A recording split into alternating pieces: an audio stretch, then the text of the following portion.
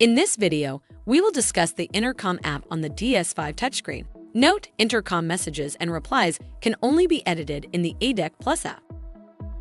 Begin by opening the app tray. Then select Intercom.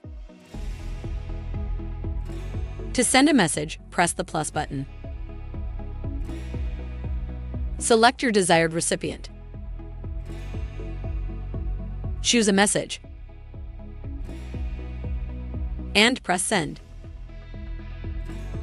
To reply to an incoming message, tap the banner. Select your response and press Send. To turn on Do Not Disturb, press the snooze button on the right side of the banner. Select the duration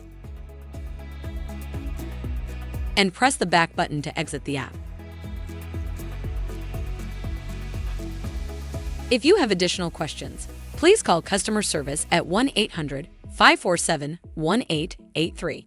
A helpful A-dec associate is just an email or phone call away.